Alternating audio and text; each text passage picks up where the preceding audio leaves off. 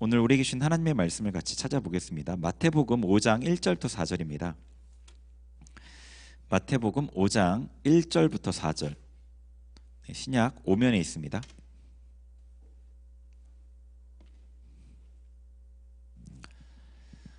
찾으셨으면 우리 한 목소리로 1절부터 4절까지 봉독하도록 하겠습니다. 예수께서 무리를 보시고 산에 올라가 앉으시니 제자들이 나온지라 입을 열어 가르쳐 이르시되 심령이 가난한 자는 복이 있나니 천국이 그들의 것이며 애통하는 자는 복이 있나니 그들이 위로를 받을 것이며. 아멘. 네, 우리 이렇게 고백 먼저 하자. 하나님 앞에 이렇게 같이 고백할게. 입술을 벌려서 저를 따라서 같이 한 구절씩 고백하면 좋을 것 같아요. 하나님 아버지, 제가 주님 전에 나왔습니다. 제게 말씀하여 주옵소서. 제가 마음을 열고 귀를 열고 하나님의 말씀을 듣겠습니다. 아멘. 네, 자, 우리가 마음을 열고 말씀을 듣는 마음 딱 가지시고 같이 말씀 나누면 좋을 것 같아요. 제가 지금 새벽 기도회 때 마태복음 강해를 하고 있습니다. 새벽 기도회 때 일주일에 2번을 제가 설교를 하게 되는데, 그때 본문을 특별히 매번 정하기보다 한 책을 꾸준히 이제 보고 있어요. 그래서 고린도전서를 했고 고린도전서가 끝났고 마태복음을 하게 되었어요. 지금 팔복의 말씀을 나누고 있는 중인데, 제가 은혜를 가장 많이 받고 있는 것 같아요. 이 팔복의 말씀은 특별히 그 이전에도 여러 번 제가 설교를 한 적이 있었어요. 다른 교회에서도 한 3번 이상 한 것 같아요. 산상수훈의 말씀을 또 여러 번 설교했었고요. 그런데 이번에 또 다시 저에게 다르게 다가오고 있어요.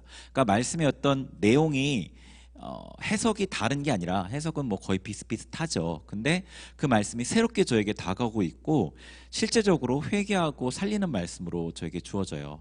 그래서 이 말씀을 함께 나누고 싶다는 생각이 너무 많이 들었고요. 그 은혜를 함께 나누려고 해요. 우리가 제자의 삶, 일꾼으로 준비되는 삶, 이런 것에 대한 얘기를 연달아 같이 나누었는데, 어떻게 그 길을 가야 하는지에 대한 답이 될 수 있을 것 같다는 생각을 했습니다. 자, 그럼 팔복의 내용 중에 첫 번째, 두 번째 내용을 같이 보려고 하는데요. 이 팔복에 대한 전체적인 내용을 먼저 얘기를 하고 들어가야 되겠죠. 개요 같은 내용. 팔복이 무엇에 대한 말씀인가라는 거를 먼저 얘기를 해야 될 것 같아요. 사람들이 이 팔복에 대해서 이게 어떤 말씀이라는 여러 가지 얘기를 하는데, 그 얘기들이 다 어느 정도는 의미가 있는 것 같아요. 그래서 팔복에 대해서 먼저는 이런 관점에서 볼 수 있어요. 하나님이 어떤 복을 주시는 분인가, 그러니까 하나님이 어떤 분이신가라고 볼 수 있는 거예요. 그러니까 심령이 가난한 자는 복이 있나니 애통하는 자는 복이 있나니 온유한 자는 복이 있나니 쭉쭉쭉 나오잖아요. 그러니까 하나님은 이런 사람을 좋아하는 거예요. 이런 마음의 상태에 있는 사람을 좋아하시는 거예요. 자, 그리고 뭐 천국이 그들의 것이며 위로를 받을 것이며 땅을 기업으로 받을 것이며 쭉쭉 나오죠. 그러니까 하나님이 이런 복을 주신다는 거예요. 그런데 여기서 주시는 복이 어떤 복이냐면 영적인 복이에요. 그죠? 여기서 말씀하신 이 복이 영적인 복이에요. 물론 하나님께서는 우리의 먹을 것, 마실 것, 입을 것을 채우시지만 그 복을 주시는 분은 아니에요. 무슨 얘기인지 아세요? 예수님께서, 하나님께서 우리의 아버지로서 우리의 먹을 것, 마실 것, 입을 것을 채워주시지만 그것을 주시는 분이 아니라는 얘기예요. 그게 무슨 얘기냐면, 하나님께서 정말로 기뻐하시는 것은 우리가 하나님 앞에 이러한 영적인 복을 구하는 것을 기뻐하시고, 그런 복을 한정없이 우리는 구할 수 있는 거예요. 그런데 예수님께서 먹을 것, 마실 것, 입을 것에 대해서 뭐라고 말씀하셨냐면 구하지 말라고 하셨어요. 그렇잖아요. 마태복음 6장에 구하지 말라라고 써요.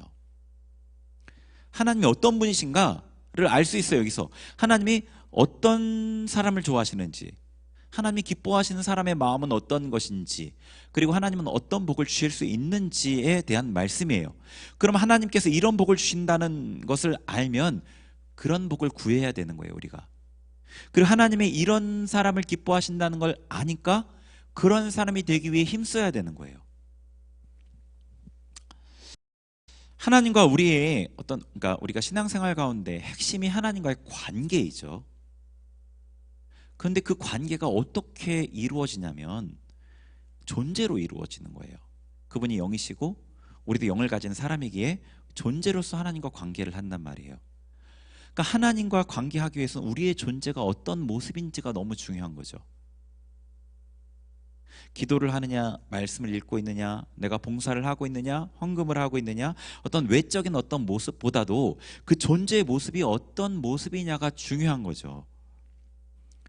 제 이 말이 이 하나님과의 관계가 우리의 마음 상태에 좌우된다고 얘기를 드린 건데, 이 말이 하나님과의 우리의 관계 자체가 우리의 마음 상태 때문에 좌우된다는 말이 아니라 관계의 양상이 우리의 마음 상태에 달려있다는 거예요. 그건 무슨 얘기냐면 아버지와 아들이 있죠. 근데 아버지와 아들 중에 어떤 아버지와 아들은 굉장히 친한 관계가 있고 어떤 아버지와 아들은 굉장히 대면대면한 관계도 있어요. 하나님과 우리가 아들과 아버지라는 관계가 나의 마음 상태에 따라서 아니게 되고 그렇게 되고라는 얘기를 하는 게 아니라 그분과 내가 친밀한가, 그분께 내가 더 가까이 있는가라는 것을 좌우하는 것이 여러분의 마음 상태라는 거예요. 그러니까 하나님과 가까이 하기 위해서는 어떤 마음 상태여야 하는가를 팔복에서 알려주고 있는 거죠. 그러니까 우리가 힘써야 되는 게 뭐죠? 우리가 힘써야 되는 것은 마음 상태를 지키는 거예요. 마음을 지키는 것. 내 마음이 어떤 마음의 상태인지를 민감하게 살피고 자기 마음을 지키기 위해서 애쓰는 것이 우리가 해야 될 일이죠. 어떤 면에서 우리는 아까 얘기한 대로 말씀 읽기, 기도하는 것이 신앙생활의 목표이자 완성이라고 생각하는 것 같아요. 그게 목표예요. 얼마큼 기도하는 것, 얼마큼 말씀 보는 것, 그리고 그렇게 하면 됐다, 완성했다라고 생각하는 어떤 면이 있는 것 같아요. 그렇지만 경건생활 자체가 하나님 앞에 의의가 아니고 그분과의 관계의 키가 아니에요. 우리의 마음 상태가 하나님의 관계를 좌우해요. 자, 그리고 또 어떤 것을 알 수 있냐면 천국 백성은 어떤 특성을 갖고 있느냐를 말해줘요. 천국 백성, 하나님의 백성들은 어떠한 마음의 어떤 특성을 갖고 있느냐. 그래서 여기서 8가지 특성을 얘기하는데 여러분 이 오해하면 안 되는 부분이 이 특성이 하나가 나타나고 그게 완성되면 그 다음이 나타나는 게 아니라 8가지 특성이 다 있어요. 천국 백성 다 있어야 해요. 그런데 이 사람의 신앙이 성장하는 거에 따라서 뒤에 있는 모습들이 더 분명하고 많이 나타나는 것뿐이에요. 그러니까 의를 위해서 박해를 받는 자가 8번째잖아요. 그럼 의를 위해 박해를 받는 자는 심령이 가난하지 않을까요? 심령이 가난하겠죠. 더 애통하겠죠. 더 온유하겠죠. 그래서 이게 신앙생활의 어떤 성장의 모습을 좀 보여주는 면이 있어요. 그럼에도 천국 백성은 이 모든 특성이 다 있어야 돼요. 적던 많던. 천국 백성은 어떠한 모습을 보여주는지를 알려줘요. 자, 팔복은 이런 말씀입니다. 근데 중요한 것은 팔복의 이 말씀을 우리가 이룰 수 없다는 것을 우리가 인정하고 가야 돼요. 이 말씀을 대할 때. 왜냐하면 마음의 상태라고 그랬잖아요. 여러분이 보이지 않는 마음을 어떻게 지킬 수 있겠어요? 이 마음을 지킨다는 것은 우리에게 있잖아요. 우리가 마음을 지키는 게 참 어려워요. 불가능하죠. 그 이유는 우리의 마음을 공격하는 마귀가 우리보다 더 힘이 세기 때문이기도 하고요.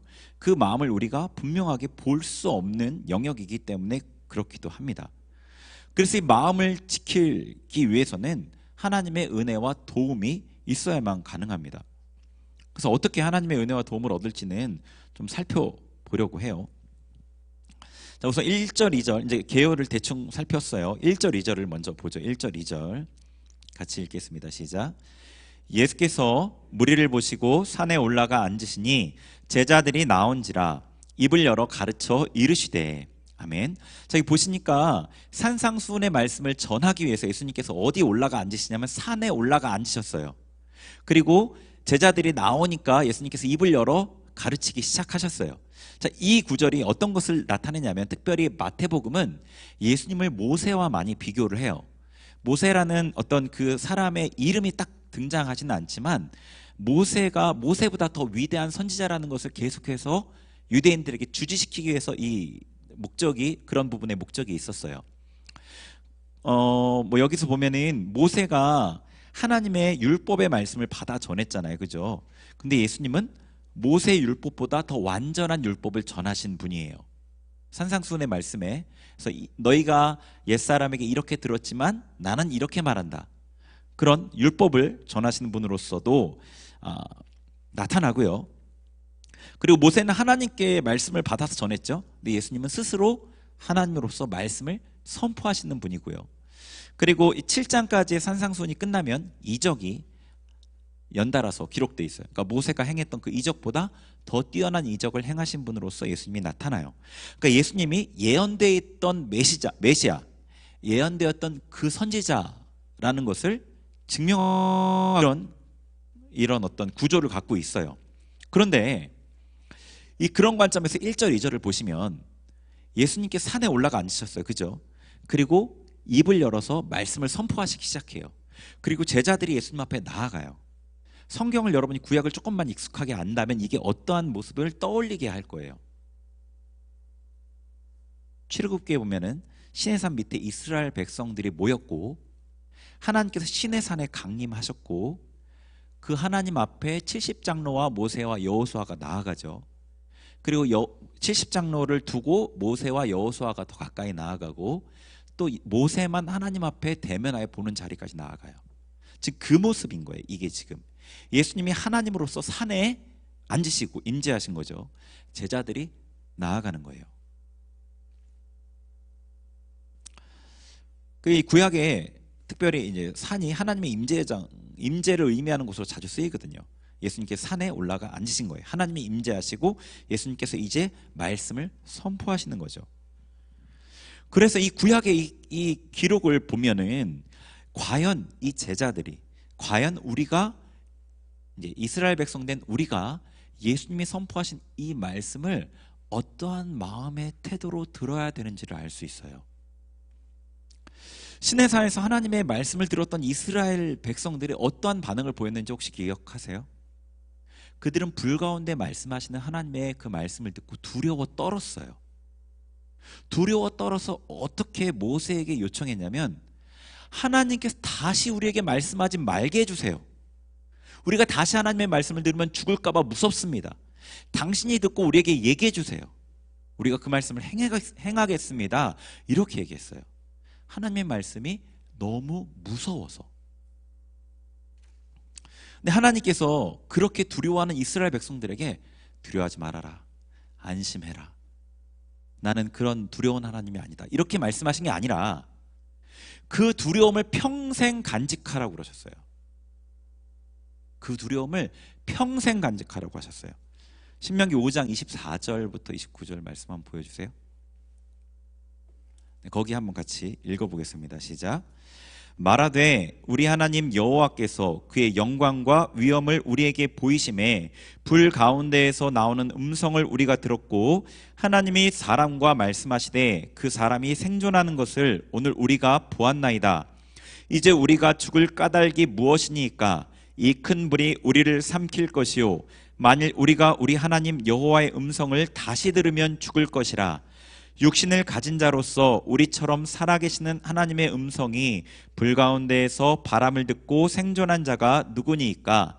당신은 가까이 나아가서 우리 하나님 여호와께서 하시는 말씀을 다 듣고 우리 하나님 여호와께서 당신에게 이르시는 것을 다 우리에게 전하소서. 우리가 듣고 행하겠나이다 하였느니라.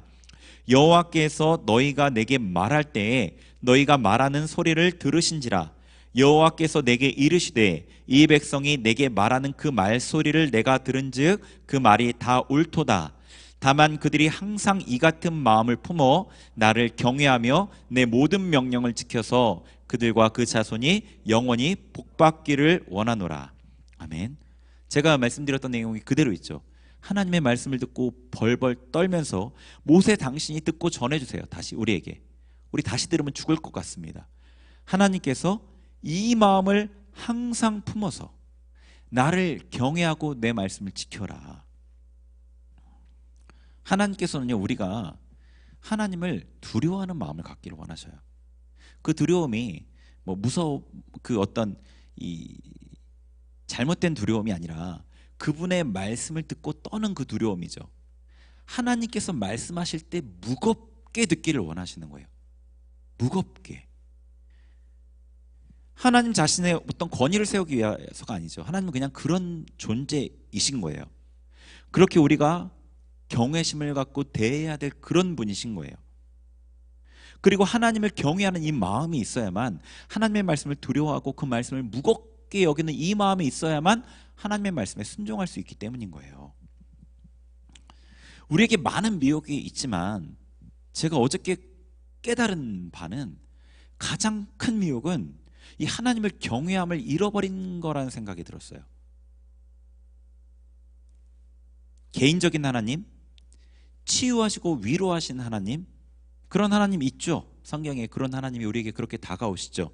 근데 그 하나님께 집중하다 보니까 현대시대에 맞죠. 개인주의 시대에 맞고 자기가 중심이 된 시대에 맞죠. 그렇게 집중하다 보니까 하나님을 친구로 생각하는 거예요. 예수님이 우리에게 나는 너의 친구라 하셨지만 그 친구라는 게 함부로 대할 수 있는 관계를 말하는 건 아니거든요. 내가 죄를 짓고 고집을 부리고 감정을 붙들고 욕심을 붙들고 있을 때 하나님이 나에게 다정히 찾아오셔야 돼요. 그리고 나를 위로하고 달래줘야 돼요. 그때야 마지못해서 회개하고 하나님을 따라줘요. 이런 일은 불가능합니다. 이런 일은 없어요. 하나님은 이렇게 대할 수 있는 분이 아니세요. 하나님 온 우주의 왕이시죠. 찬양과 경배와 존귀를 받기에 합당한 분이셔요. 우리가 절대로 함부로 할 수 없는 분이에요. 그분이 자비하시고 온유하시기 때문에 여러분을 기다려주시는 거고, 우리를 당장 벌하지 않으시는 거고, 참아주시는 것뿐이에요. 우리가 그분께 회개할 때 허물하지 않으시고 받아주시는 것뿐이에요. 그것은 그분이 자비하고 온유해서 그렇지 우리가 함부로 대할 수 있는 분이라서 그런 게 아니라고요. 여러분, 대통령 같은 높은 지위에 있는 사람 앞에 여러분이 나갈 기회가 있다면은 공손하게 나아가시겠죠. 악수라도 할라치면 악수를 할 때 원래 이렇게 손딱하고 허리를 꼿꼿이 세운 상태에서 악수만 해야 되거든요. 이게 악수의 예의예요. 근데 허리를 깊이 숙여서 악수하게 되겠죠. 자기도 모르게. 적어도 그런 모습으로 하나님 앞에 나아가야 되는 겁니다. 공손하게 경청하는 마음으로 나아가서 말씀에 귀를 기울이고 무겁게 들어야 돼요. 어떻게 해서든지 말씀을 지키기 위해 애쓰고요. 말씀 앞에 복종하기 위해 자기를 쳐야 돼요.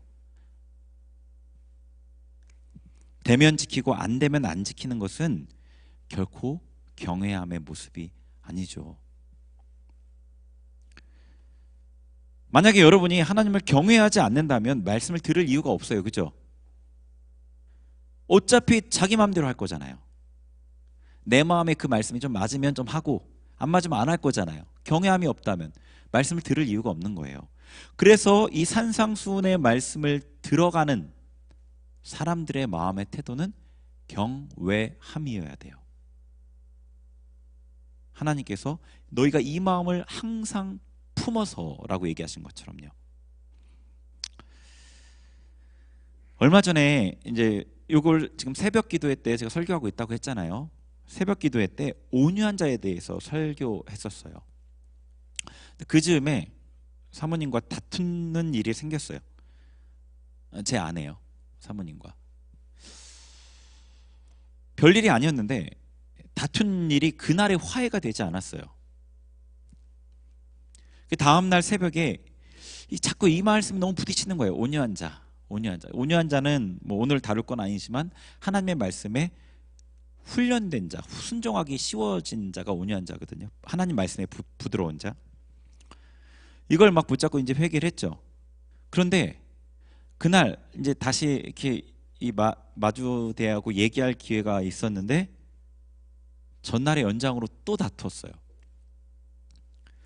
나를 꺾어야 한다는 생각이 들었는데 이 막상 마주해서 감정이 이렇게 올라오니까 이거를 버려야 되는데, 꺾어야 되는데, 내가 미안하다고 얘기해야 되는데, 감정을 거절하지 못하고 또 다툰 거죠. 제 모습에 엄청 충격을 받았어요. 제가 예전에는 제가 그나마 자랑할 수 있는 건 하나님께서 이렇게 하라고 말씀하시면 난 무조건 한다는 거였어요. 근데 그렇지 않고 있는 제 모습을 본 거죠. 내가 왜 이렇게 됐을까? 만약에 저한테 네가 사과하지 않으면 10만 원 혹은 20만 원 벌금을 내야 돼 라고 했으면 사과했을 것 같아요. 네. 그렇지 않겠어요? 여러분 어때요? 하나님을 경외함이 있나요? 우리가 불편함에도 불구하고 주차를 거기다 안 하는 이유가 뭐예요? 벌금 때문에 그렇죠. 내가 하고 싶어도 그걸 안 하는 이유가 뭐예요? 처벌이 두려워서 그렇죠. 네, 하나님을 향한 경외함이 있나요? 경외함이 없다면 말씀을 들어도 소용없어요. 경외함이 순종의 시작입니다. 그 경외하는 마음으로 하나님의 말씀을 듣는 이들에게 하나님께서 복의 말씀을 선포합니다. 3절 같이 읽겠습니다. 3절 시작. 심령이 가난한 자는 복이 있나니 천국이 그들의 것임이요. 아멘.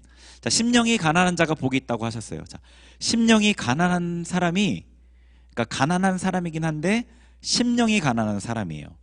자, 가난한 사람은 여기서 어떤 사람이냐면 내가 좀 뭐가 부족해요. 뭐 저걸 사야 되는데 돈이 좀 없어요.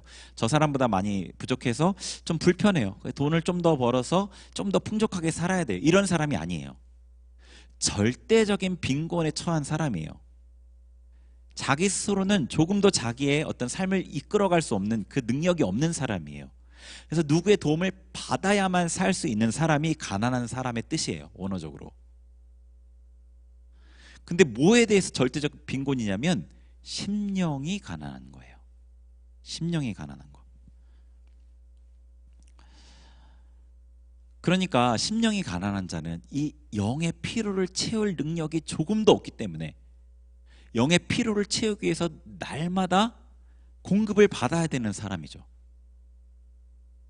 자, 어떤 사람은 자기 영의 피로를 스스로 채울 수 있고 아니고 이런 게 아니겠죠.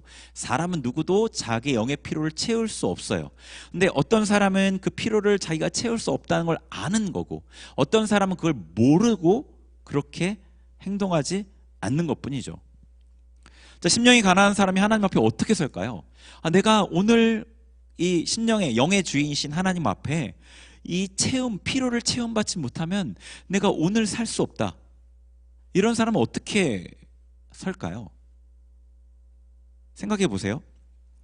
먹을 것이 없어서 누구에게 받지 않으면 오늘 하루를 굶어야 되는 사람이 있어요. 근데 먹을 걸 주는 곳이 있단 말이에요. 어떻게 하겠어요? 매일 거기에 가겠죠. 무료 급식소에서 노숙인들이나 노숙하시는 분들이나 사회적인 약자분들에게 무상으로 음식을 제공하죠. 그곳에서 음식을 받지 못하면 하루를 먹을 게 없는 사람이라면 오늘 몸이 좀 안 좋다고 거기 안 갈까요? 정말로 힘들어서 움직이지 못할 지경이 아니라면 나가겠죠. 안 나가면 그냥 오늘 굶어야 되니까. 심령이 가난한 사람이 그래요. 자신의 영이 하나님으로부터 공급받지 않으면 살 수 없다는 걸 알기 때문에 매일 하나님 앞에 나아가는 거예요. 힘들어도 나가고 괴로워도 나아가요. 나아가지 않으면 더 힘들어지고 다른 방법이 없기 때문이에요. 이 잘하는 게 아니죠. 당연한 일인 거예요. 무료 급식소에 밥 먹으러 나온 사람 잘했다고 상 주나요? 아니잖아요. 자기의 피로 때문에, 자기의 배고픔 때문에 나온 것은 당연한 일이잖아요. 그러니까 하나님 앞에 내가 거지인 거예요. 거지. 가난한 자가 거지란 뜻이거든요. 거지예요. 거지. 그래서 날마다 하나님께 필요를 달라고 구걸하는 거예요. 그게 심령이 가난한 자예요. 설마 하나님 앞에서도 구걸하기 싫은 자존심이 있는 분은 없으시겠죠. 하나님 앞에 부끄러운 건 없습니다. 심령이 가난한 사람은 그래서 매일 하나님 앞에 이 나아가는 경건 생활을 하게 되죠. 심령이 가난한 사람에게 경건 생활은 선택이 아니라 필수지만 이 심령이 가난하지 않은 사람은 선택이 돼요. 어떨 때는 하고 어떨 때는 안 하고. 심령이 가난하지 않은 사람에 대해 성경은 이렇게 말씀하셔요. 시편 119편. 네, 읽어보죠. 시작. 교만한 자들이 거짓을 지어 나를 치려하였사오나 나는 전심으로 주의 법도들을 지키리이다. 그들의 마음은 살쪄서 기름덩이 같으나 나는 주의 법을 즐거워하나이다. 아멘. 자, 그들의 마음은, 그들이 누구냐면 교만한 자들이에요. 이 교만한 자들의 마음은 살쪄서 기름덩이 같대요. 지방에 껴있는 거예요. 가난하지 않은 거예요. 마음이 기름져서 도움을 받지 않아도 되는 거예요. 교만한 사람들은 그래요. 라오디게아 교인들과 같이 스스로 부하다고 생각하는 거예요. 실제로는 궁핍한데. 여러분이 이 영의 필요를 내가 채울 수 없다는 것을 깨닫고 하나님 앞에 서는가? 자기 마음의 상태를 봐야 되겠죠. 마음의 상태라고 그랬죠. 내 마음의 상태는 심령이 가난한 자인가? 하나님의 도움이 없으면 나는 하루를 살 수 없다는 그 간절함과 긴박한 마음으로 하나님 앞에 나아가는가? 돌아봐야 되겠죠. 자, 심령이 가난한 자에게 주시는 복이 있습니다. 천국이 그들의 것이라고 그랬어요. 천국이 그들의 것이다. 이게 심령이 가난한 자에게 주시는 복이에요. 근데 여러분이 이 팔복의 복의 내용들을 보면은 이것은 다 천국의 복이에요. 하나님께 위로를 받고 천국의 이 땅의 기업이 천국의 기업이거든요. 땅의 기업을 받고 하나님의 배부르게 하심으로 배부름을 얻고 긍휼의 여김을 받고 하나님을 보고 하나님의 아들이라고 일컬음을 받고 여덟 번째 천국이 그들의 것이다는 이 모든 것들은 천국의 복이에요. 사실은 하나님께로부터만 오는 복. 그런데 이 심령이 가난한 자가 받는 복은 그 천국의 복의 시작인 거예요. 그러니까 천국을 누리고 경험하게 할 수 있는 그 시작인 거예요. 누가복음 17장에 보면 이 천국이 우리 마음에 임하는 천국임을 알 수 있어요. 17장 20절 21절 같이 읽겠습니다. 시작. 바리새인들이 하나님의 나라가 어느 때에 임하나이까 묻거늘 예수께서 대답하여 이르시되 하나님의 나라는 볼 수 있게 임하는 것이 아니요 또 여기 있다 저기 있다고도 못하리니 하나님의 나라는 너희 안에 있느니라. 아멘. 바리새인들이 예수님께 하나님의 나라가 어디 임합니까? 그랬더니 너희 안에, 우리의 마음 안에 임한다고 말씀하신 거예요. 그러니까 심령이 가난한 자가 받는 이 천국이 우리의 마음 안에 이루어지는 천국이에요. 여러분이 하나님 앞에 매일매일 도움을 구하며 나아가서 은혜를 받지 않으면 천국을 경험할 수 없겠죠. 그래서 심령이 가난한 자로 서지 않는 사람은 천국을 보지도 느끼지도 경험하지도 못합니다. 천국이 너무 멀게 느껴져요. 근데 참 아이러니하게 사람들은 하나님 앞에 이런 모습으로 서지 않으면서 심령이 가난한 자로 서지 않으면서도 왜 천국을 경험하지 못하냐고 원망하는 거죠. 하나님 나라에 분명한 원칙과 원리가 있어요. 하나님의 응답, 하나님의 도움, 하나님의 나라를 경험하고 싶다면 맨 먼저 심령이 가난한 자로 서야 돼요. 내 마음의 이 영의 상태를 인지하고 하나님 앞에 날마다 도움을 구하는. 이 심령이 가난한 자가 팔복 중에 맨 먼저 나온 이유가 있어요. 이게 팔복으로 들어가는 문과 같기 때문에 그래요. 심령이 가난한 자로 서지 않으면 하나님의 도움으로 날마다 그분으로부터 필요를 공급받지 않으면 사실 신앙생활이 하나님과 관계가 이루어질 수가 없잖아요. 이게 팔복으로 들어가는 문이에요. 심령이 가난한 자가 복이 있습니다. 자, 두 번째, 우리 4절을 읽어보겠습니다. 두 번째, 시작. 애통하는 자는 복이 있나니 그들이 위로를 받을 것이미요. 자, 두 번째, 애통하는 자가 복이 있대요. 애통하는 자. 이제 이게 오늘 주제예요. 애통하십시오가 오늘 제목인데, 애통하는 자는 이 단어 뜻 그대로예요. 우는 가운데 우는 거예요. 고통 가운데 우는 사람이 복이 있다고 말씀하셨어요. 자, 영의 상태라고 그랬죠. 그러니까 그냥 우는 게 아니라 하나님 앞에서 우는 사람이 복이 있다는 거예요. 하나님 앞에서 고통하며 우는 사람.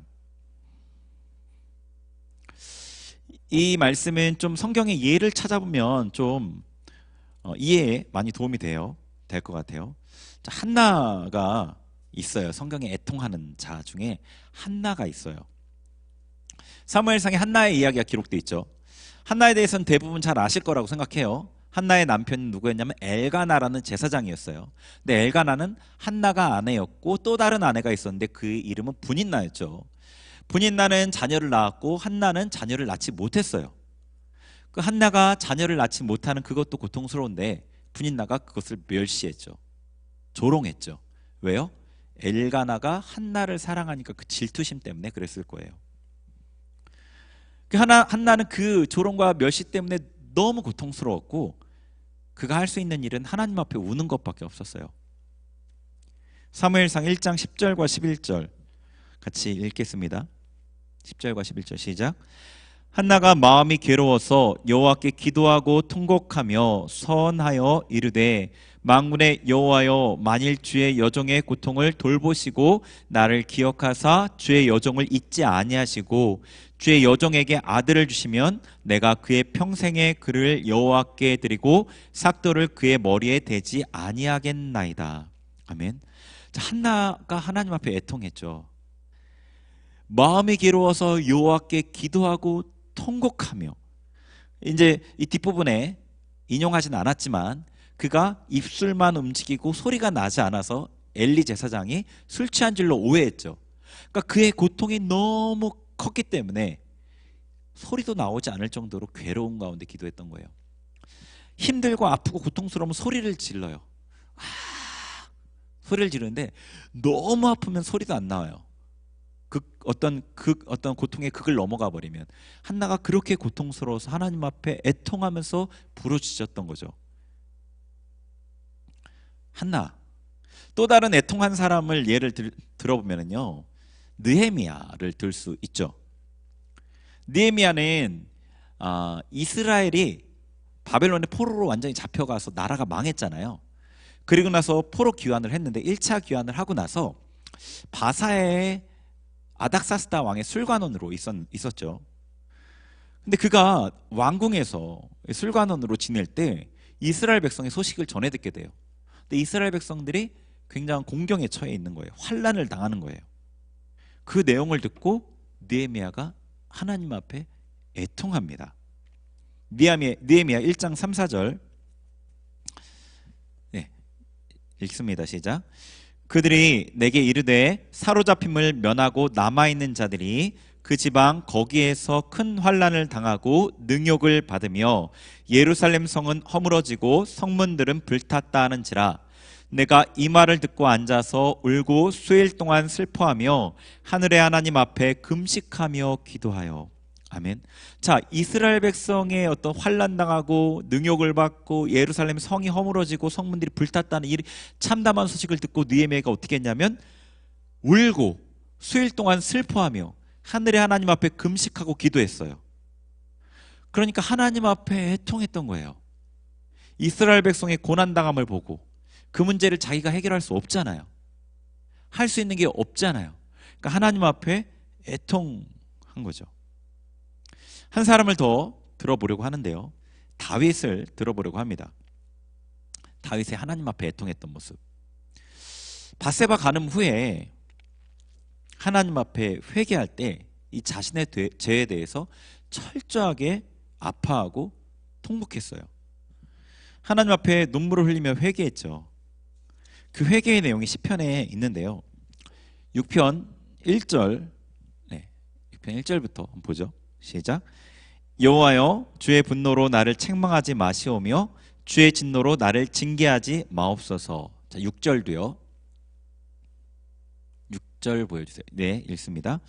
내가 탄식함으로 피곤하여 밤마다 눈물로 내 침상을 띄우며 내 요구를 적시나이다. 아멘.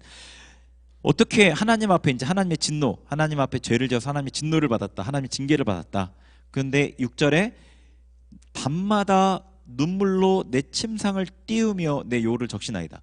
그러니까 눈물을 너무 많이 흘려서 그 침상이 그 눈물에 둥둥 떠오를 정도로 울었다는 거예요. 과장법이긴 하지만 정말로 많이 울었다는 거죠. 자기의 이불이 다 젖고 그럴 정도로 울은 거죠. 그러니까 하나님 앞에 자신이 지은 죄, 자신이 가지고 있는 그 죄 때문에 철저하게 애통했었어요. 이런 사람들이 애통하는 사람이에요. 그러니까 하나님 앞에 애통하는 자는 이러한 마음가짐으로 하나님 앞에 나아가는 거예요. 하나님만이 이 일을 해결할 수 없기 때문에 그분 앞에 중심으로부터 통곡하고 간구하는 거죠. 이런 사람들이 받았던 복이 무엇인가? 예수님께서 애통하는 자가 받는 복에 대해서 위로를 받는다고 하셨어요. 그러니까 애통하는 자는 하나님께 위로를 받아요. 근데 그 위로가 우리가 사람들에게 어떤 나의 어려움을 얘기하면 뭐 사람마다 좀 다를 수 있겠지만 우리의 얘기를 들어주고 공감하고 마음을 위로하는 말을 해줘요. 그리고 그것도 우리에게 위로가 돼요. 그래서 룻기에 보면은 룻이 보아스의 밭에서 떨어지는 이삭 낫가리를 이제 주울 때 보아스가 그에게 좋은 말을 해줘요. 뭐 내가 이제 얼마나 현숙한 여인인지 다 알고 뭐 그런 얘기를 해요. 그때 룻이 뭐라고 했냐면 시녀의 마음을 위로하는 말씀을 하셨나이다 라고 얘기하거든요. 그런 식으로 사람의 말이 위로가 되기도 해요. 근데 하나님의 위로는 근본적인 위로예요. 그러니까 문제와 어떤 그 고통 가운데 우는 자에게 진정한 위로는 그 문제가 해결되는 거겠죠. 그렇겠죠. 하나님께서는 그런 실제적인 위로를 주셔요. 한나가 하나님께 애통해서 마음의 위로를 받았고 아들도 얻었죠. 자, 사무엘상 1장 17, 18절 네, 읽습니다. 시작. 엘리가 대답하여 이르되 평안히 가라. 이스라엘의 하나님이 내가 기도하고 구한 것을 허락하시기를 원하노라 하니 이르되 당신의 여종이 당신께 은혜 입기를 원하나이다 하고 가서 먹고 얼굴에 다시는 근심빛이 없더라. 아멘. 자, 엘리 제사장이 입을 통해서 하나님께서 한나에게 말씀하셨고 한나가 그 말씀을 믿음으로 받으니까 얼굴에 다시는 근심빛이 없었더라. 그 마음의 위로를 받은 거죠. 위로를 받았어요. 근데 거기서 그치지 않고 사무엘이라는 아들을 낳았어요. 사무엘은 이스라엘의 지도자가 되었어요. 거기서 그치지 않고 세 아들과 두 딸을 더 낳게 돼요. 하나님 앞에 애통했던 한나에게 하나님께서는 이렇게 위로하셨어요. 자, 그리고 느헤미야, 또 아까 하나님 앞에 애통했던 느헤미야도 하나님께 위로를 받았습니다. 느헤미야 2장 8절 후반절부터 9절 네, 시작. 내 하나님의 선한 손이 나를 도우심으로 왕이 허락하고 군대 장관과 마병을 보내어 나와 함께하게 하시기로 내가 강서쪽에 있는 총독들에게 이르러 왕의 조서를 전하였더니. 아멘. 느헤미야가 자신의 민족 이스라엘을 위해 애통하고 하나님 앞에 기도하자 하나님께서 놀라운 방법으로 왕에게 도우심을 얻게 하였고 전폭적인 지지를 받아서 이스라엘 땅의 총독으로 부임하죠. 그래서 이스라엘 땅에 가서 스스로 이스라엘 성벽을 재건하고 이스라엘 민족의 어려움을 해결할 수 있는 은혜를 받았어요. 하나님께서 느헤미야의 눈물을 보시고 그에게 응답하셨어요. 그다음에 다윗, 자신의 죄 때문에 하나님께 애통했던 그 다윗도 하나님 앞에 위로를 받았죠. 다윗이 갖고 있는 죄는 어떤 죄였냐면 다윗의 그 죄에 대해서 물론 간음하는 죄, 살인한 죄, 그 죄가 컸지만 그 죄에 대해서 하나님께서 뭐라고 평가하셨냐면 내가 여호와를 업신여겼다고 그랬어요. 그러니까 다윗 중심에는 그 하나님에 대해서 순종하는 것들이 물론 훈련되었음에도 그 중심에 가장 깊은 것에 죄가 있었어요. 그 죄를 하나님께서는 제거해 주셨어요. 우리가 볼 때 이 다윗의 바세바 간음 이후에 압살롬의 반역을 통해서 다윗이 쫓겨다니고 많은 백성이 죽은 것, 그가 많은 공경을 당한 게 하나님의 징계이고 어떤 저주라고 형벌로 생각할 수 있는데 사실은 그렇지 않아요. 왜냐하면 다윗이 회개했을 때 하나님께서 이미 그를 용서하셨기 때문에 그래요.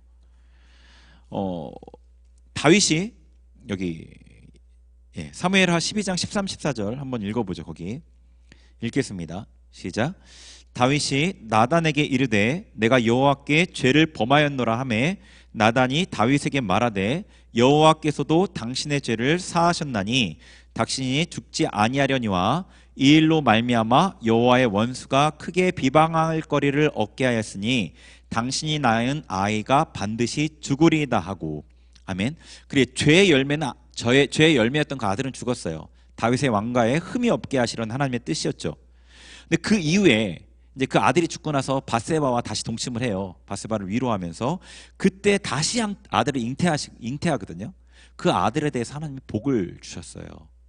그 아들이 솔로몬이잖아요. 하나님이 다윗의 그 죄를 용서하셨다는 증거예요. 그래서 그 아들을 낳았을 때 선지자 나단을 보내서 그에게 이름을 지어줘요. 하나님이 직접. 여디디아예요. 하나님께 사랑받는 자. 그러니까 하나님께서 다윗의 그 바세바 간음의 죄는 용서해 주셨어요. 근데 하나님이 예언하셨던 그 저주의 선포대로 압살롬의 반역으로 인한 여러 가지 고난을 당하게 되죠. 그러면서 그 안에 죄가 궁극적으로 제거되게 돼요. 하나님의 징계가 당시에는 고통스러워도 징계를 통해 평강의 열매를 맺는다고 하셨어요. 다윗 안에 그 죄들이 다루어져서 다윗 이후의 삶이 평강했고요. 그 이후에 연단 이후의 삶이 평강했고요. 그리고 또 천국에서의 삶도 평강 가운데 형통했겠죠. 당연히. 그리고 솔로몬의 왕국도 평강 가운데서 시작하고 솔로몬의 이름에 맞게 평강의 나라로 그 나라가 세워져요. 솔로몬 왕국에는 의미가 있어요. 예수님의 별명의 다른 이름이 살렘 왕이잖아요. 평강의 왕이에요. 예수님이. 솔로몬은 예수님을 예표하는 자로서 그 나라를 다스렸어요. 그래서 그 나라에는 엄청난 어떤 부귀와 평화, 평강, 모든 나라가 복종한 어떤 실제로 이런 나라가 있었을까 싶을 정도로 대단한 그런 모습으로 기록되어져 있어요. 그게 다가올 예수님의 나라를 예표하는 그런 나라로서 솔로몬이 왕이 된 거죠. 자, 애통하는 자에게 위로를 주셔요. 제가 예를 든 성경의 3가지 인물들, 자신의 죄 때문에 애통했고 혹은 자기가 해결할 수 없는 어떤 그 문제 때문에 애통했죠. 또 공동체를 위해 애통했어요. 하나님의 위로로 응답을 받았어요. 여러분, 하나님께 응답을 받는 방법이 뭘까요? 그 키가 뭘까요? 뭐 믿음이라고 생각할 수 있어요. 근데 복음서에 보면은 예수님께서 사람들에게 이적을 행하신 근본적인 동기는 그들의 믿음이 아니라 긍휼이었어요. 예수님의 긍휼. 뭐 믿음으로 그래 내 믿음이 너를 구원했다 이런 선포가 있지만 사실 모든 사람, 예수님께 나왔던 모든 무리가 치유받았다는 기록들이 반복해서 나오거든요. 복음서에. 믿음을 확인하고 치유하신 경우는 소수였어요. 오히려 특별한 사건이었다고요. 예수님의 그 긍휼이 이적의 동기였어요. 이적을 일으킨 동기였다고요. 사람을 불쌍히 여기시고 그들에게 치유를 베푸셨어요. 우리가 하나님께 응답받기 위해서는 그분께 불쌍히 여김을 받아야 돼요. 앞에서 언급했듯이 팔복의 말씀을 우리가 이룰 수 없어요. 하나님의 도우심으로만 이룰 수 있는 거예요. 온유한 자가 아니죠. 나는 온유한 자가 아니죠. 의에 줄이고 목마르지도 않아요. 긍휼히 여기지도 못해요. 하나님 앞에 이 팔복의 모든 말씀, 마음이 청결하지도 않아요. 화평하게 하지도 못하고 있어요. 의를 위해 박해를 받기를 싫어해요. 도망쳐요. 나는 그런 사람이 될 수 없어요. 그런데 하나님 앞에 이러한 내 모습을 보면서 애통할 때 하나님께서 응답하시고 우리의 마음을 바꾸시는 거예요. 애통이 팔복을 이루는 키인 거예요. 그래서 이 애통하는 자가, 심령이 가난한 자가 팔복으로 들어가는 문이라면 이 애통하는 자는 팔부어지게 하는 키라고요. 제가 예전에 은혜를 받고 도움을 받았던 교회가 있었어요. 지방에 있는 교회인데 굉장히 저 남쪽 끝에 있는 교회였는데 하나님의 은혜와 임재가 정말 특별했어요. 정말 특별했는데 제가 사역하면서 일주일 내내 영적으로 눌리고 막 너무 힘들어졌을 때 아무리 기도해도 막 풀리지 않는 그 눌림 때문에 괴로워할 때 그 교회 가서 저녁에 1시간 기도에 참여하면 그게 다 풀려요. 물론 지금은 좀 더 이게 훈련되고 어떤 그런 부분에 훈련돼서 막 열심히 기도하면 해결이 되죠. 눌린 것들. 그런데 그때는 정말로 이 푸는 게 너무 힘들었어요. 이 눌림들을. 근데 1시간 기도하면 다 풀렸어요. 그냥 주님 부르기만 하면 눈물이 나고 하나님의 임재를 깊게 느낄 수 있었어요. 제가 경험했던 그 어떤 교회보다도 임재가 많았어요. 근데 그때는 왜 그런지 잘 몰랐어요. 이 교회가 왜 그렇게 되는지 잘 몰랐어요. 근데 지금 생각해 보면 그 풍성한 임재의 비결이 애통에 있었던 것 같아요. 그게 담임 목사님은 이 말씀 선포에 되게 집중해 하셨고, 이 사모님이 기도회나 신방 이런 것들을 하셨는데, 이 사모님이 많은 고난 통해서 하나님 앞에 애통이 몸에 배이셨어요. 기도할 때 그분이 이제 기도를 인도하실 때 주여 이렇게 하면 간절하게 애통하는 마음으로 기도하셨고요. 성도들도 그렇게 기도했어요. 그러니까 다른 거 없어요. 그냥 주여 주여 주여 하는데 정말로 그냥 은혜가 쏟아져요. 나이가 한 60대 정도셨는데 이 얼굴에 이 주름이 이제 있죠. 근데 여기에 이렇게 눈물 자국처럼 주름이 지어져 있는 게 있었거든요. 하나님 앞에서 어떤 굉장히 많은 힘든 일들을 겪으셨는데 그 힘든 일 가운데 그렇게 많이 우셔서 그런 게 아닌가 싶어요. 애통하는 마음에 하나님께서 임재로 응답하시는 거예요. 하나님 앞에 먼저는 심령이 가난한 자로 나아가야 되겠죠. 그리고 애통해야 합니다. 여러분에게 어떤 고통 있잖아요. 그죠? 어떤 문제가 있죠. 하나님 앞에 애통하세요. 제가 굉장히 모순되게 보이는 부분들이 사람들을 보면은 문제를 다 갖고 있고 고통하는 부분이 있어요. 문제가 너무 크고 해결할 방법이 없을 때 자기 신세를 한탄하고 고통하기도 해요. 울기도 해요. 그런데 하나님 앞에서는 그냥 기도해요. 무슨 얘기인지 아세요? 하나님 앞에 기도할 때는 그냥 간절해 보이지 않고 다급해 보이지 않아요. 그냥 기도해요. 도와주셔도 안 도와주셔도 그만이겠다 싶게 보여요. 그가 갖고 있는 문제는 그렇게 작은 게 아니고 그가 그 문제 때문에 고통하고 있는 거 분명한데 그 마음으로 안 나아간다고. 이상하죠. 하나님과의 관계가 방법으로 되지 않잖아요. 기도도 방법으로 되는 게 아니에요. 저도 방법을 가르쳐주고 방법이 필요하지만 기도의 핵심은 중심이에요. 중심. 하나님 앞에 여러분의 중심에 있는 고통으로 나아가셔야 돼요. 방법이 아니라 정말 마음을 토해내면서 하나님 앞에 주님의 이름을 자신의 마음을 쏟아내는 거예요.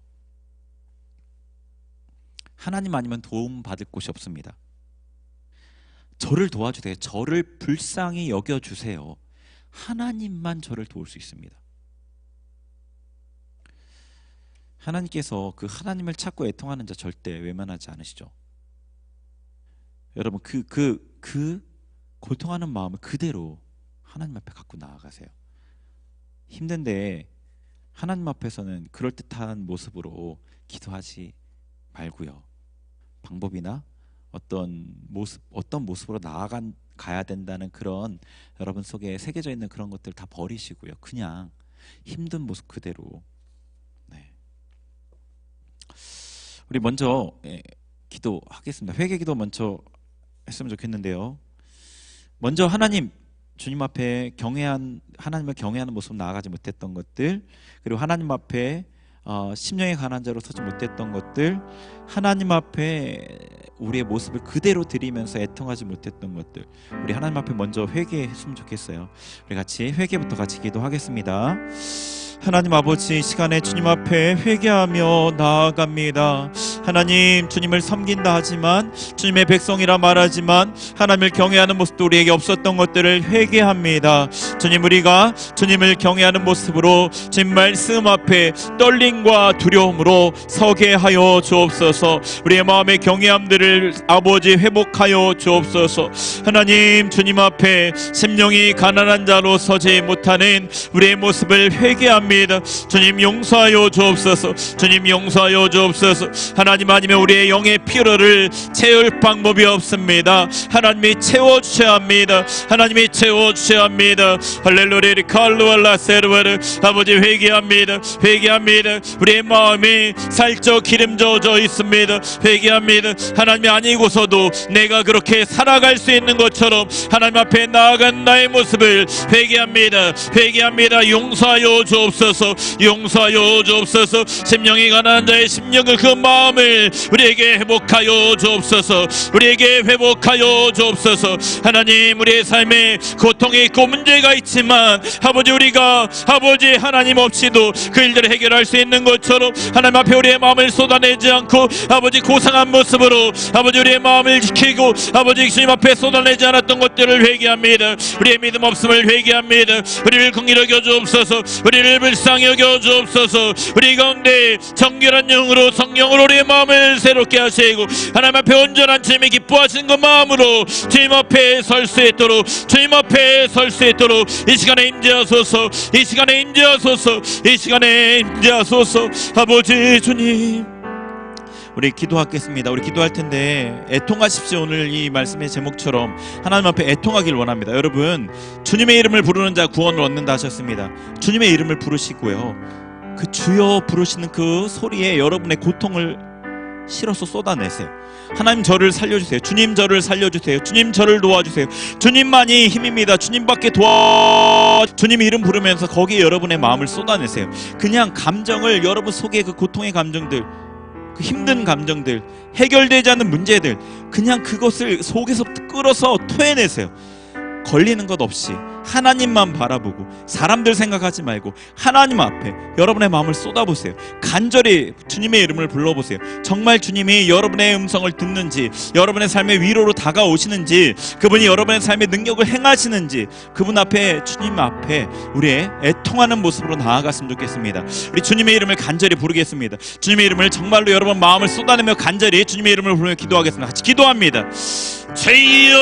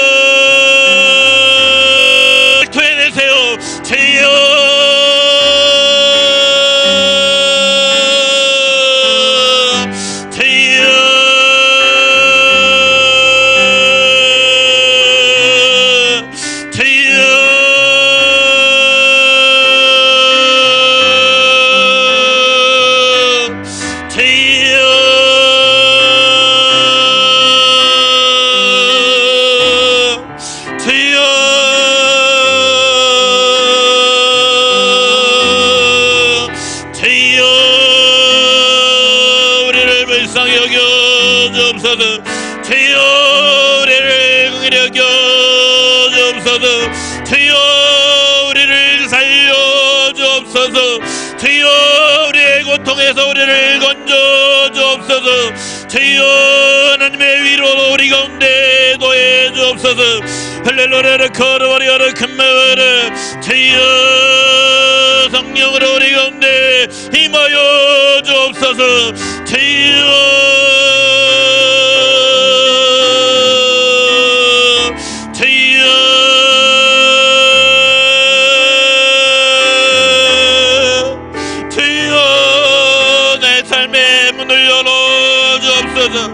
주여 내 몸의 연약함을 치유하여 주옵소서. 주여 관계의 막힘을 풀어 주옵소서. 주여 나도 복된 자가 되게 하여 주옵소서. 주여 하나님께 아버지 기쁨이 되게 원합니다. 주여 내 삶에 주님의 복을 부어 주옵소서. 주여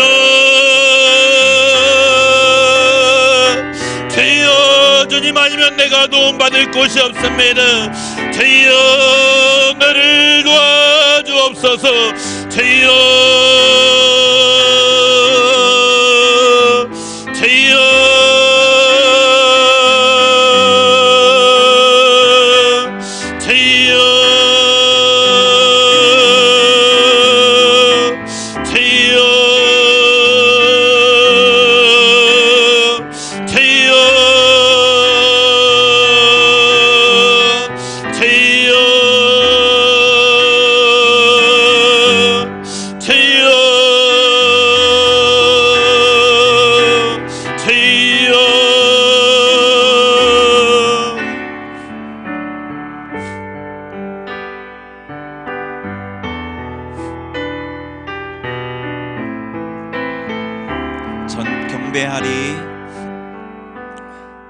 경배하리 주 하나님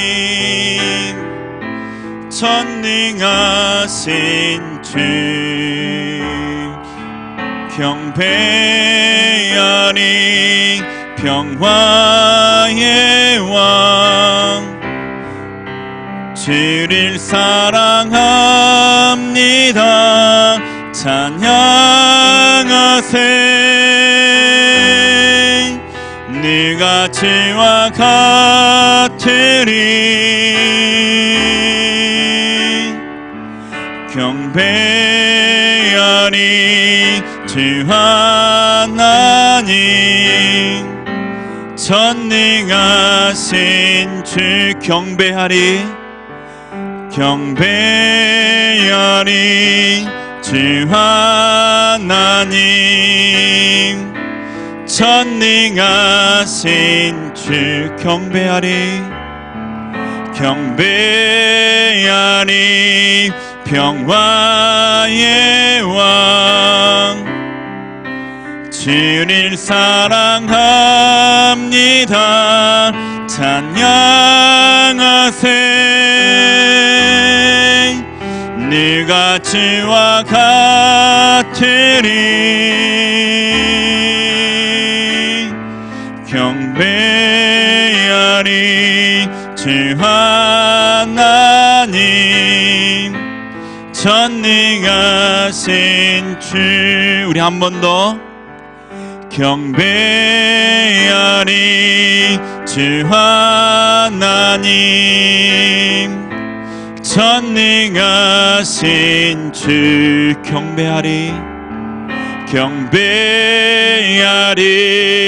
평화의 왕 주를 사랑합니다. 찬양하세 누가 주와 같으리 경배하리 주 하나님 전능하신 주 우리 같이 기도하겠습니다. 하나님을 경외하는 마음을 우리에게 회복하소서. 주님을 경외하는 마음으로 주님 앞에 나아가 하나님의 말씀을 듣기를 원합니다. 여호와를 경외하는 그 신으로 우리의 심령에 채워 주옵소서. 하나님 앞에 간절히 기도하길 원합니다. 주님 앞에 우리의 경외함으로 하나님을 섬길 수 있도록 우리 주님 앞에 간구하겠습니다. 같이 기도합니다. 하나님 아버지, 시간에 우리가 주님 앞에 간절히 간구합니다. 하나님을 경외하는 그 마음이 복되길 원합니다. 하나님을 경외하는 영으로 충만하길 원합니다. 하나님을 경외하는 그 영으로, 하나님을 경외하는 여호와를 경외하는 그 신으로 우리의 심령을 채워 주옵소서. 하나님과의 온전한 관계 가운데 들어가길 원합니다. 하나님을 멸시했던, 하나님의 말씀을 무시했던, 아버지 나의 것들을 주장했던, 나의 생각과 나의 감정을 주장했던 내가 버립니다. 이제 하나님을 경외하며 하나님을 나의 왕으로서 주님을 경배하는 삶으로 나아가겠습니다. 할렐루야. 칼루알라 세르와르 베알라 카르와리아라 캄마와이르 베알라 세르와리아라 칼루알라 세르와르. 주여 우리의 삶에 주님 찬양받아 주옵소서. 우리의 삶으로 주님을 경배합니다. 전능하신 주님을 우리가 경배합니다. 우리가 주님을 경외합니다. 하나님을 경외하는 영으로 우리의 심령 가운데 충만하게 채워 주옵소서. 할렐루야. 카르와리아라 캄마와이르. 경배와 찬양과 영광을 받으시기에 합당한 하나님을 송축합니다.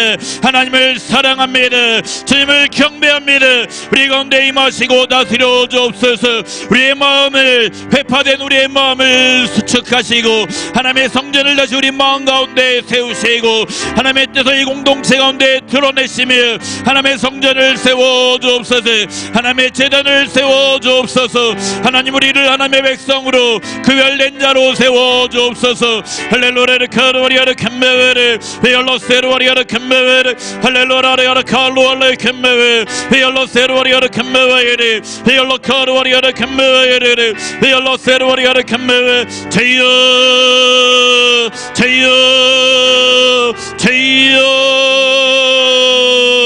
할렐루야. 베알로 칼루알라 세르와리아르 베알로 카르와리아라 캄메웨르 할렐루야. 베알로 칼루알라 세르와르 할렐루야. 칼루알라 캄메웨 베알로 카르와리아르 레켈루알라 세르와리아르 할렐루야. 캄메웨르. 하나님 앞에 주님을 경외하며 섬기며 나아가겠습니다.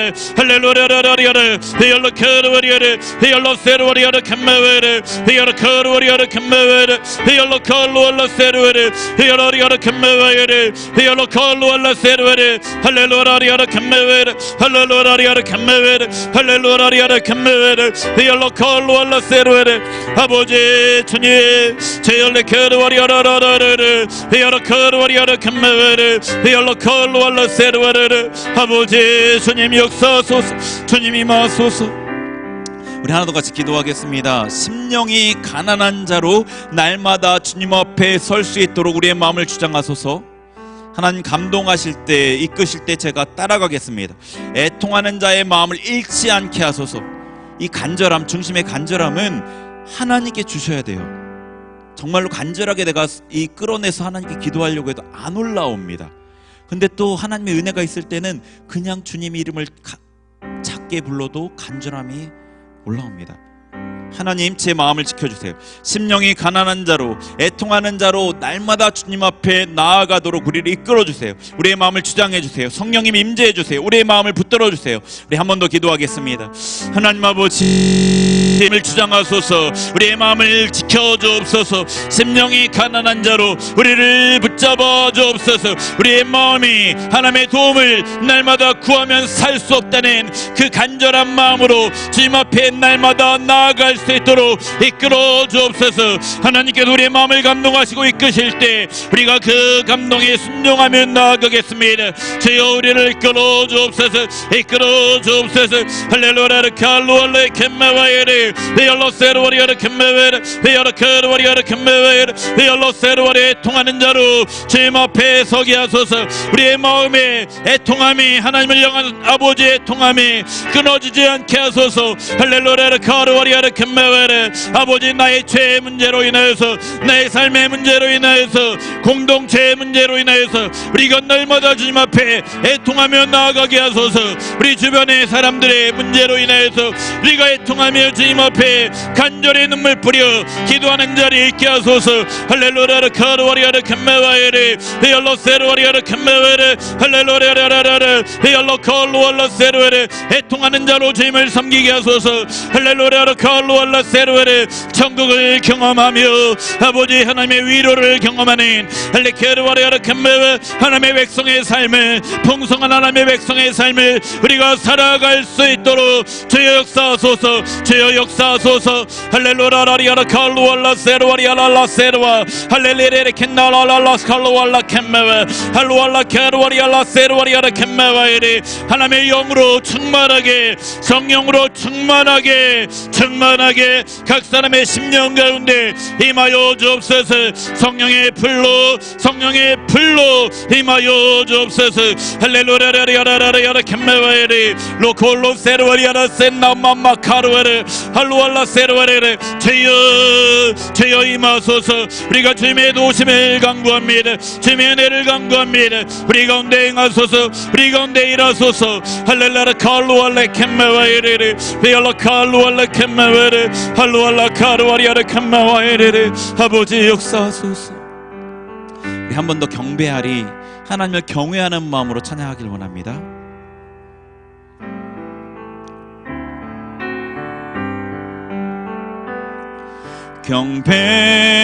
경배하리 주 하나님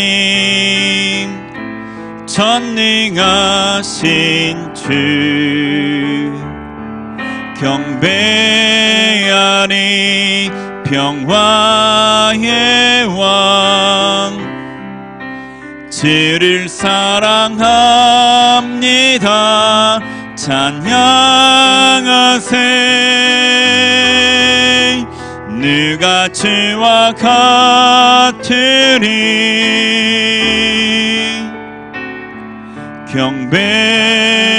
경배하리 주 하나님 전능하신 우리 한 번 더 주님을 바라보면서 경배하리 주 하나님 전능하신 주 경배하리 평화의 왕 주를 사랑합니다.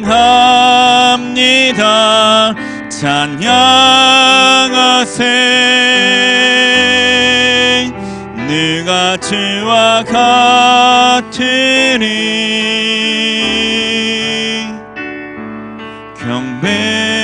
경배하리 주 하나님 전능하신 주 하나님 어미하시고 전능하시고 권능이 무한하신 하나님 주님 앞에 우리가 기도한 것들 들으시고 응답하실 줄 믿습니다. 우리의 삶을 통해 주님만 홀로 영광 받아 주옵소서. 예수님의 이름으로 기도합니다. 아멘. 우리 자리에서 일어나셔서 봉헌하시겠습니다.